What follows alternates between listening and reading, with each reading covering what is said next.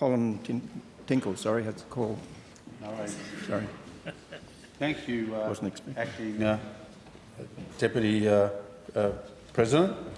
Look, like the Honourable Steve Thomas finished off with, blocking supply is not really an option, but should we just be accepting the inevitable trend that's happening since 2009?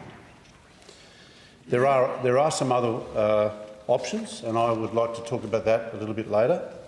But just since 2009, just to make the House aware, the Loan Bill 2017 follows closely the wording prior to the Loan Acts of 2009 onwards.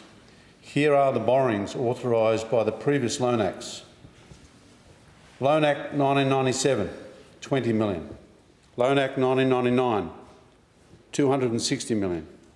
Loan Act 2003, 250 million. Loan Act 2009, 8,316,000. Loan Act 2012, 5 billion. Loan Act 2015, 8 billion. Loan Act 2016, 1.7 billion. And now we're here to debate Loan Act 2017, 11 billion. Now this is a bad trend. If you're looking at graphs, it's a horrifying trend. And whilst we're not talking about blocking supply here, we are wanting to debate the way we can change that trend. We don't have all the ideas, but we'd like to float a few ideas in front of the House and continue that debate. We're in that unenviable position where we as members in the Legislative Council have no alternative but to pass this loan bill, as to not do so would be putting the WA people in a crazy position of probably having another election. And that's not a good option. According to Jacob Kadji of the ABC, the 10th of February 2017, Western Australia's non-financial public sector debt is expected to reach $36.6 billion by the 30th of June 2017, just a few days away. Should the Legislative Council pass this loan bill for 2017? Now, as a crossbencher, I could automatically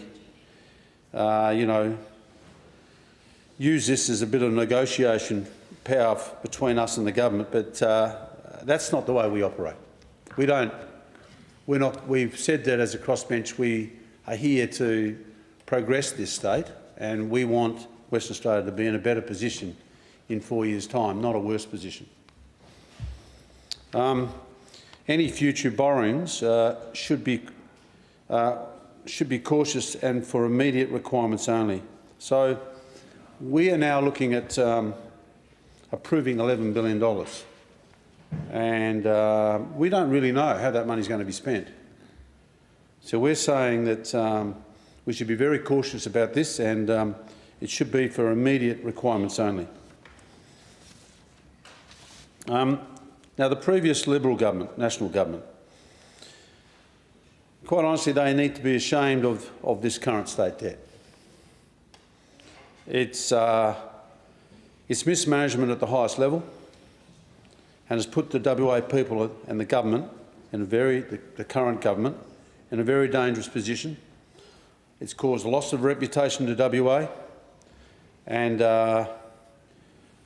quite honestly, it's created a distressing and damaging trend, and delivering many, many years of raising debt government, year after year.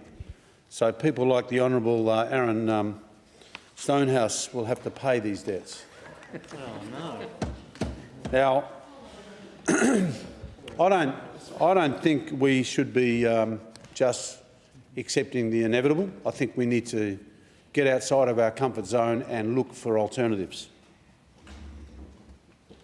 Now, this is very, very discouraging, because Previous Labor governments in the past have had an average, or let's say possibly bad record of running up debt with high unnecessary spending that's heavily influenced by the unions and vocal left-wing minorities.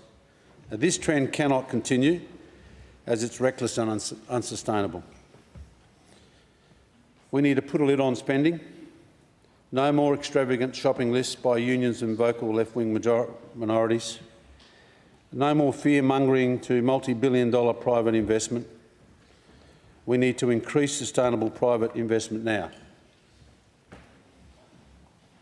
I would dearly love to see this current government make the smart decisions that will help get this state back on its feet again. But I do ask them this: do they have the discipline to do that? That's the big question mark.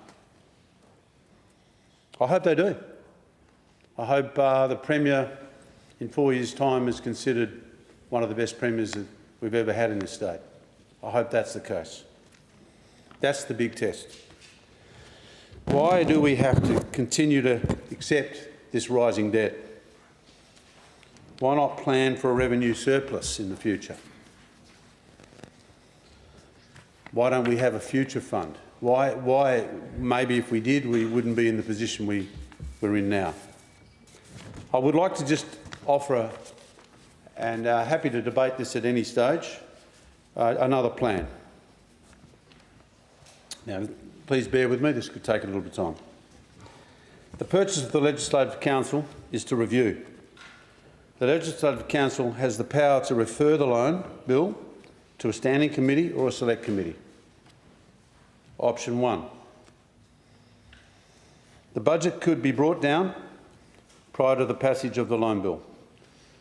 The budget represents a business plan which lenders, for example, the purchase of WA government bonds, will use to judge what interest rates will attract their investment only. Major borrowings prior to the budget could require an unnecessary high interest rate.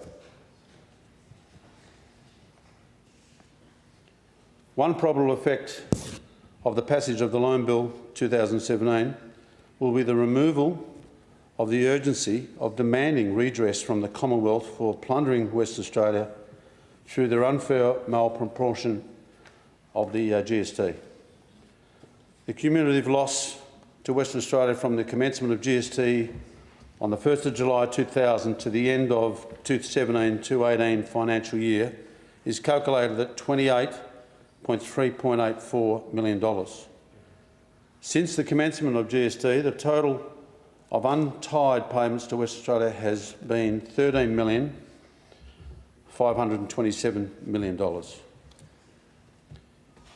If the whole of this sum is offset against the amount plundered from Western Australia through GST, Western Australia by the 30th of June 2018 will still suffer a cumulative deficit of $14,856,000. The cumulative deficit to the 30th of June 2017 will be $10,432,000, which is close to the $11 billion figure of projected borrowings foreshadowed by the Loan Bill 2017. These calculations are based on information supplied by the Commonwealth Grants Commission. Now, the federal government presently guarantees loans for Queensland of $1.99 billion in March 2017, which is down from $2.792 billion that was borrowed in May 2016. And for New South Wales, they guaranteed loans of $1.522 billion in March 2017, which was down from $2.819 billion in May 2016. Western Australia is entitled to expect that the Commonwealth guarantee could reduce interest rates payable by the Western Australia. The best option is the Commonwealth should borrow the money to make an untied grant to the Western Australian of $14.856 million to compensate Western Australia for the 18 years of plundering to June the 30th, 2018.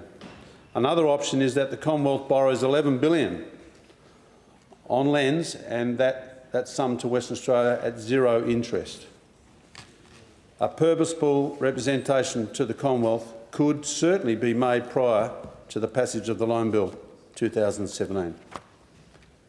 The revenue from the 25 cents per tonne levy upon 78% of the state's iron ore exports earned for the WA Treasury in 2015-16 149 million.75. The net present value (NPV) of 149.75 million for 30 years at a discount rate of 4% is 2,589 million. At a discount rate of the 3% of the NPV of this cash flow is 2.935 million. There is international financiers who are willing to purchase 30 years of cash flow at a discount rate to be negotiated. Keep in mind that the WA government can also assign part of this royalty stream to return cash flow.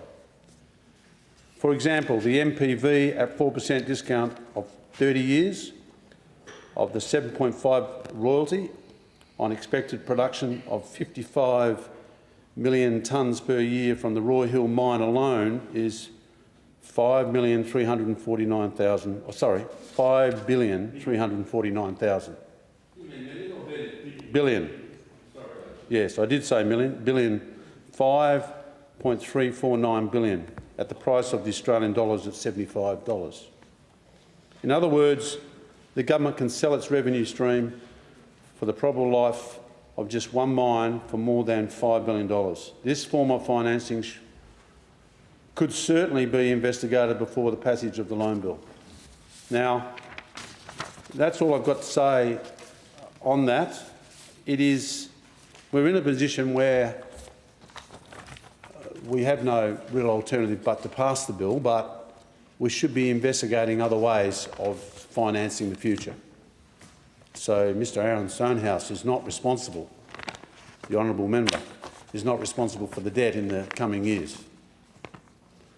Thank you, Mr President. Thank you.